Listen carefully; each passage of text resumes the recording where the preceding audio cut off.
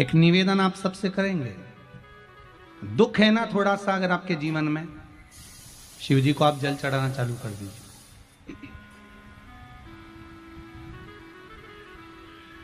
शंकर भगवान को आप जल चढ़ाना प्रारंभ कर दो। अगर दुख है ना जीवन में, शिव जी को जल चढ़ाना प्रारंभ कर दो।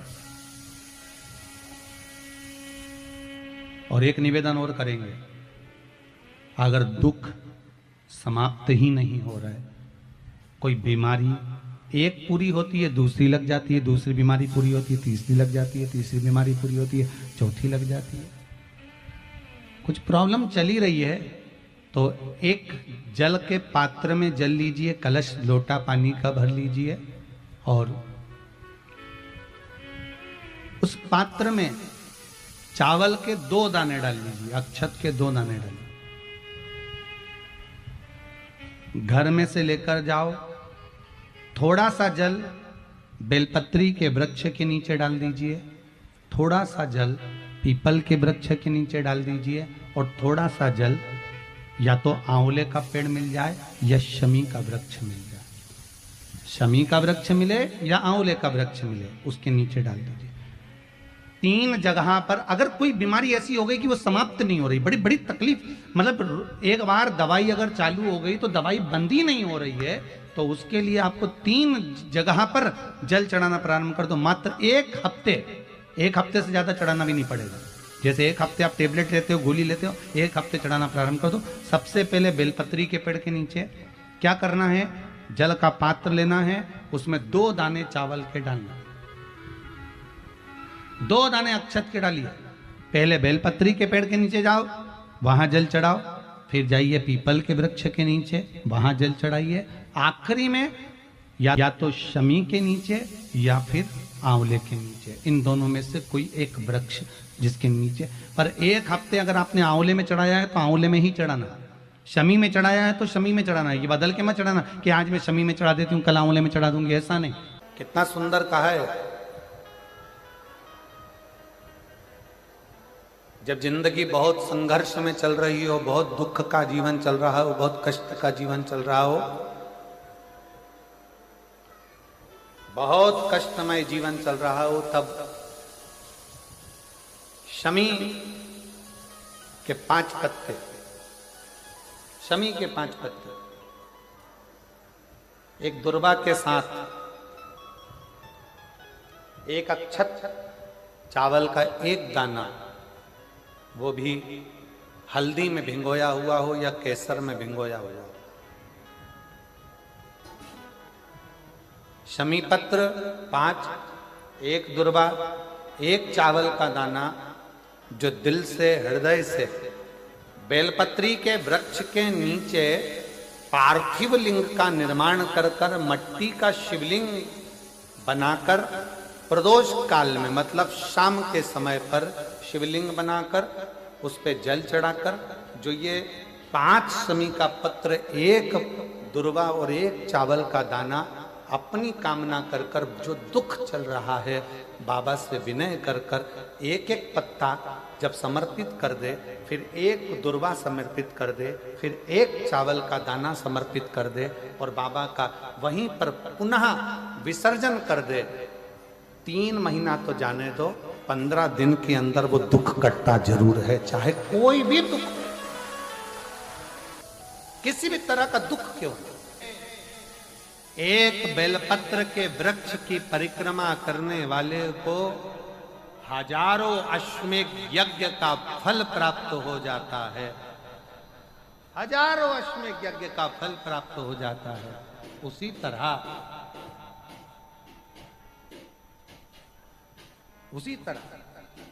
एक पार्थिव लिंग का निर्माण करने वाले को, मिट्टी का शिवलिंग का निर्माण कर कर पूजन करने वालों को 12 ज्योतिर्लिंग के शिवलिंग के दर्शन का पुण्य फल प्राप्त। बहुत ध्यान लगाकर सुनिएगा। 1 बेलपत्री और उस बेलपत्री में 1 चंदन की बिंदी और 1 अक्षत का दाना मात्र रखकर भी अगर शिवालय पर चढ़ा दी जाती है, एक बेलपत्री, एक चंदन का बिंदी, और चंदन फिर निवेदन करेंगे। आज के जमाने में तुम लोग सब घिसा घिसाया, पड़ा पड़ाया, डब्बी का सामान ले लेकर, वो नहीं, चंदन की एक मुठिया रखो, थोड़ा सा भी घिसो, जरा सा भी घिसो, उसकी एक बिंदी और एक चावल का दाना। जब हम भगवान देवाधिदेव महादेव को समर्पित करते हैं, अपनी कामना कर कर समर्पित करते हैं, तो निश्चितता है, पुराण की कथा कहती है, शंकर भगवान उसका फल शीघ्र प्रदान कर देते हैं। भले आपने कुछ करा ना करा, उसका फल तुम्हें मिल जाए। में जाना, लोटा भरकर जल समर्पित करना, और कभी तुम्हारे जीवन में अगर तुमको लग रहा है कि मैं दुखों से पीछा छूट ही नहीं रहा, तब उस जगह पर बेलपत्री के मध्य भाग में पीला चंदन, ये जो पत्ती है और ये दो पत्ती हैं, ये बड़ी पत्ती और ये बीच की जो दो पत्ती हैं, इसके बीच में जो डंडी का भाग रहता है, जो बीच में डंडी का जो भाग है, बड़ी पत्ती और ये दो छोटी पत्ती के मध्य में जो डंडी का भाग है, उस डंडी के भाग में पीला चंदन और एक अक्षत पीला, शंकर भगवान को आप अगर प्रदोष काल में समर्पित कर रहे हैं, तो ये निश्चित है कि धीरे धीरे कर कर वो दुख समाप्त होगा, वो दुख कटेगा ही। प्रकट वर्णन किया गया शंकर भगवान की आराधना में, शिव की आराधना में, जब तुम्हें लगता है कि तुम्हारा व्यापार नहीं चल रहा, कोई तुम्हें धोखा दे रहा है, लक्ष्मी नहीं आ रही, बहुत चिंता में पड़े हुए हो, बहुत टेंशन में जिंदगी चल रही है, बहुत बीमारियां तुमको घेर ली है और चारों तरफ अंधेरा ही अंधेरा नजर आ रहा है, तुमने विचार करा अब मैं तो मर जाऊं तो अच्छा, मैं सुसाइड कर लूं तो अच्छा, मैं मर जाऊं तो अच्छा, तो मरने से पहले एक काम कर कर देखना, शंकर भगवान की आराधना कर कर देखना, शिव पर एक लोटा जल चढ़ा कर देखना, और ज्यादा चिंता, ज्यादा टेंशन हो तो बेलपत्री के जड़ को घिसकर उसका चंदन बनाकर शंकर को लेपन कर कर उसकी भी आराधना कर कर देखना कि बेल चंदन का फल क्या। बेलपत्र, एक बेल, ये कोई साधारण नहीं, एक बेलपत्र, एक बेल, ये कोई साधारण नहीं, एक बेल। इसकी नीचे की डंडी से लेकर ये दो पत्तियां जहां लगी हैं, और दो पत्ती से लेकर ये बीच की जो पत्ती है उसमें जो गैप है, उसमें जो जगह है, दिख रही है आपको, ये दो पत्ती से लेकर बीच की पत्ती के बीच में जो जगह खाली रहती है, 33 कोटि देवी देवताओं विराजमान रहते हैं इस बीच की जगह में। जब शिव जी को चढ़ाया जाता है, तब इस पत्ती के बीच की जगह शंकर के शिवलिंग पर रखा जाता है, तो शिव जी इतने प्रसन्न होते हैं कि मेरी स्तुति करने के लिए ये भक्त 33 कोटि देवताओं को लेकर आया है, मेरी स्तुति करने के लिए। लोग चावल लाए, लोग अंबारियां लाए, धन लाए, दौलत लाए, संपदा लाए, पर एक शंकर का भगत ऐसा होता है जो एक बेलपत्री के रूप में 33 कोटि देवताओं को, 64 योगिनियों को, आदि शक्तियों को शंकर को समर्पित करता है। कितना सुंदर संवाद है, कितना सुंदर बात कही कि भूल से भी किसी तीर्थ में नहीं गए, कहीं हमने गौदान नहीं करा, कहीं हम किसी तीर्थ में नहीं गए, हमने कहीं गौदान नहीं करा, हमने कहीं ब्राह्मण भोजन नहीं कराया, हम कहीं गंगा यमुना कावेरी सरस्वती नर्मदा छिपरा पुण्यवान नदी में हम स्नान नहीं कर पाए। शिव महापुराण की कथा कहती है, भूलवश भी अगर पिपलेश्वर या बटकेश्वर किसी शिवालय पर भूल से भी अगर एक लोटा जल चढ़ जाता है, तो देव अधिदेव महादेव सारे तीर्थों का फल अपने आप प्रदान कर देते हैं। भूल से भी चढ़,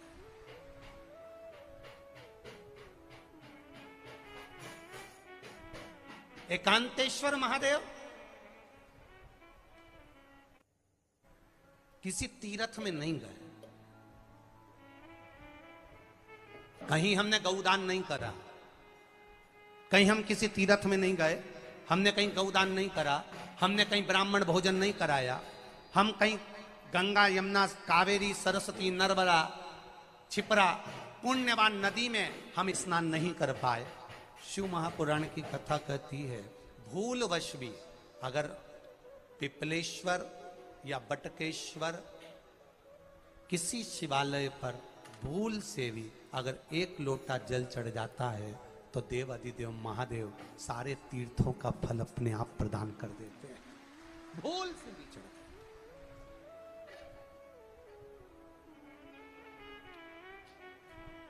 एकांतेश्वर महादेव जो कि एकांत में बैठा हुआ है, एकांतेश्वर महादेव अकेला बैठा है अलमस्त होकर। आप जा रहे हो गाड़ी लेकर, आप 4 व्हीलर गाड़ी में जा रहे हो, ट्रैक्टर में जा रहे हो, ट्राली में बैठकर जा रहे हो, क्रूजर में बैठकर जा रहे हो, 2 व्हीलर गाड़ी में बैठकर जा रहे हो और एकांतेश्वर महादेव का मंदिर दिख गया। कोई एकांत में, भले उसका नाम नहीं मालूम तुमको कि कौन सा महादेव, पर अकेला बैठा है जंगल में, वृक्ष की छांव में, एक ओटले पर, कोई दीवार नहीं, कोई जाली नहीं, कोई गेट नहीं, कुछ भी नहीं। ये शिव मंदिर में जाकर एक लोटा जल समर्पित करती थी और शास्त्र कहता है कि शंकर के मंदिर में अगर एक लोटा जल कोई एक परिवार का व्यक्ति भी समर्पित कर रहा है तो समझ लेना कि वो अपनी 71 पीढ़ी को पार लगा रहा है। वो अकेला नहीं, 71 पीढ़ी को पार लगा रहा है। शिव महापुराण की कथा कहती है जब बच्चा गर्भ में आता है, माता के गर्भ में जब संतान आती है और माता के गर्भ में जब संतान रहती है, उस 9 महीने में स्त्री नारी अगर कहीं शंकर के मंदिर के सामने से निकल जाए या शिवालय का जल स्त्री को मिला हो या शंकर भगवान का कोई प्रसाद या शंकर भगवान का कोई नाम जाप या शंकर भगवान का कोई मंत्र जाप उस स्त्री के कानों में पहुंच जाए तो जो गर्भ में बच्चा होता है वो बच्चा शंकर की कथा तक या शिवालय तक उसको बिना बोले ही वो अपने आप चला ही जाता है, पहुंच ही जाता है। उस गर्भ में रहने वाले बच्चे को भगवान शंकर के मंदिर के सामने से भी कोई गर्भवती स्त्री निकल कर चली जाती है तो उसका भी फल उसको प्राप्त हो जाता है, उसका भी फल उसको प्राप्त हो जाता है। और वो फल साधारण नहीं होता। क्यों? बेलपत्री को जब भी चढ़ाया जाता है तो पीछे की डंडी पकड़कर नहीं चढ़ाया जाता। बेलपत्री को चढ़ाने के लिए मध्य भाग को, जैसे यह बेलपत्र होता है तो इसका मध्य की जो डंडी होती है, मध्य भाग होता है बेलपत्री का, तब मध्य भाग को पकड़कर हम भगवान शंकर को बेलपत्र समर्पित करते हैं। कोई भी बेलपत्र ऐसे नहीं चढ़ाता कि डंडी पकड़ के चढ़ा दिया, फिर पीछे की डंडी पकड़ के चढ़ा दिया, फिर पीछे की डंडी पकड़ के चढ़ा दिया, फिर डंडी पकड़ा, फिर चढ़ा दिया ना। मेरे देवादिदेव महादेव को जब भी बेलपत्र चढ़ाया जाता है तो मध्य भाग, पीछे की डंडी पकड़कर नहीं, मध्य भाग से भगवान शंकर को बेलपत्र समर्पित किया जाता। मध्य भाग से जब भी पकड़ेंगे तो मध्य भाग को पकड़कर बेलपत्र समर्पित करेंगे। क्यों?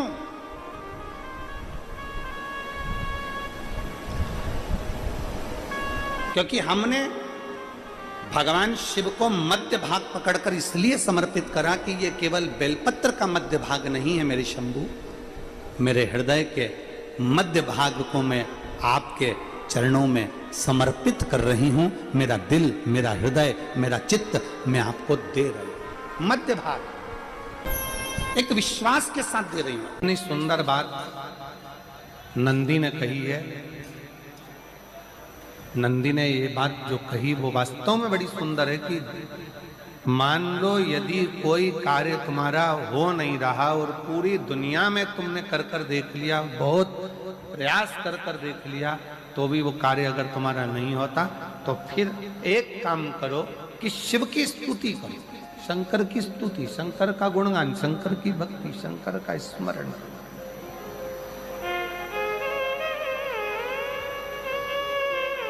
फिर शिव की स्तुति करिए, शंकर से विनय करिए, शंकर से निवेदन करिए, शंकर का गुणगान करिए।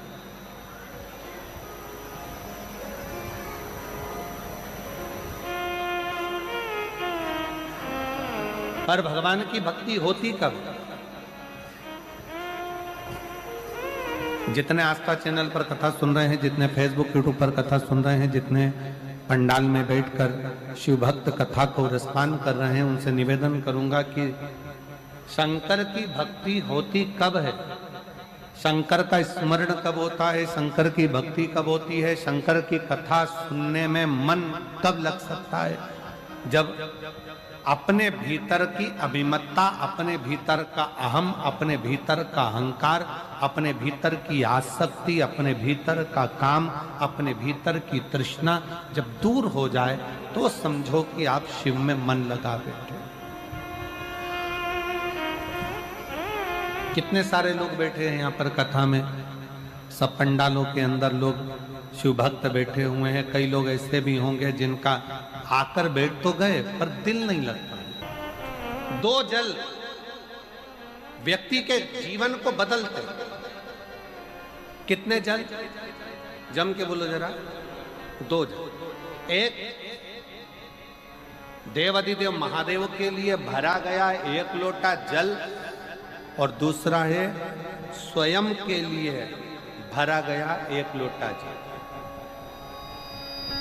यहाँ पर अगर बुजुर्ग मेरी माताएं बैठी होंगी, मेरी जीजियां बैठी हैं, मेरे जीजा बैठे हैं, बुजुर्ग जितनी माताएं बैठी हैं वो पुराने समय का अगर लेख उठाकर देखेंगे तो पुराने समय के लोग भोजन करने बैठते थे ना, तो भोजन करने से पहले अपने पानी के लोटे को भरकर, अपना गिलास भरकर बैठते थे। किसी ने देखा है कि नहीं देखा? जम के बोलो जरा। देखा है आप लोगों ने?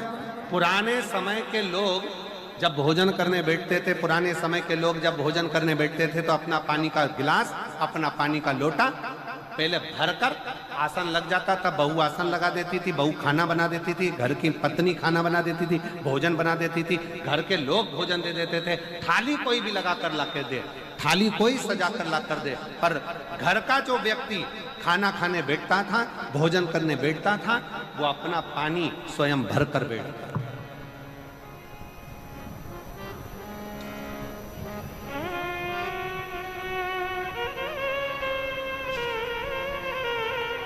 अब आज के जमाने में दुनिया के लोग कहते हैं मैं दुकान चला रहा हूं, दुनिया के लोग कहते हैं मैं घर चला रहा हूं, दुनिया के लोग कहते हैं मैं ये कर रहा हूं। तुम अपना खुद का पानी भरकर तो बैठ नहीं रहे और कह रहे हो कि घर चला रहा हूं।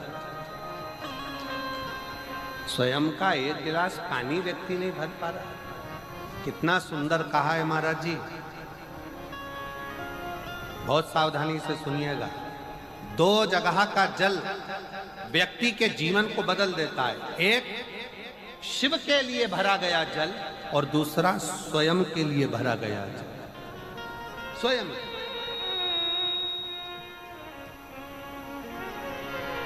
शंकर के मंदिर में जा रहे हो, एक लोटा जल अपने घर से भरकर लेकर चले जाओ और अपने घर में जब तुम भोजन करने बैठ रहे हो, जब तुम रोटी खाने बैठ रहे हो, भोजन करने बैठ रहे हो, भोजन ग्रहण करने बैठ रहे हो, जब तुम भोजन को ग्रहण करने के लिए बैठ रहे हो, तब अपने घर में जब तुम भोजन ग्रहण करने बैठ रहे हो तो एक लोटा जल या एक गिलास पानी भर कर बैठो।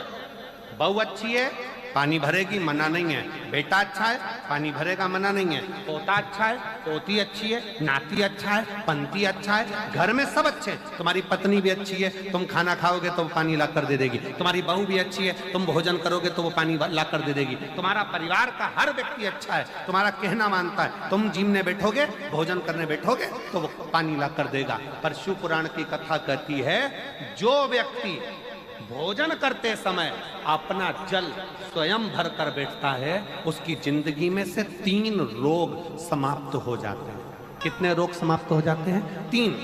पहला, अपना जल स्वयं भर कर बैठने वाले के घुटने का कभी भी डॉक्टर उसके घुटने बदलने का बोलेगा ही नहीं, घुटना बदल ही नहीं सकता। स्वयं का जल भर कर बैठे। दूसरे नंबर पर, जिसकी रीढ़ की हड्डी में कमर से लेकर कंधे तक जिसकी हड्डी में दर्द होता हो, या जो सुबह सुबह सोकर उठता हो और उसके कंधे दुखते हो या पीठ दुखती हो। दूसरे नंबर का रीढ़ की हड्डी का दर्द। और तीसरे नंबर का डॉक्टर को दवाई खा खा कर परेशान हो गए। और आधा सिर का रोग, भुकुटी, ये भौएं दुखती हो, सिर दुखता हो, ये कान के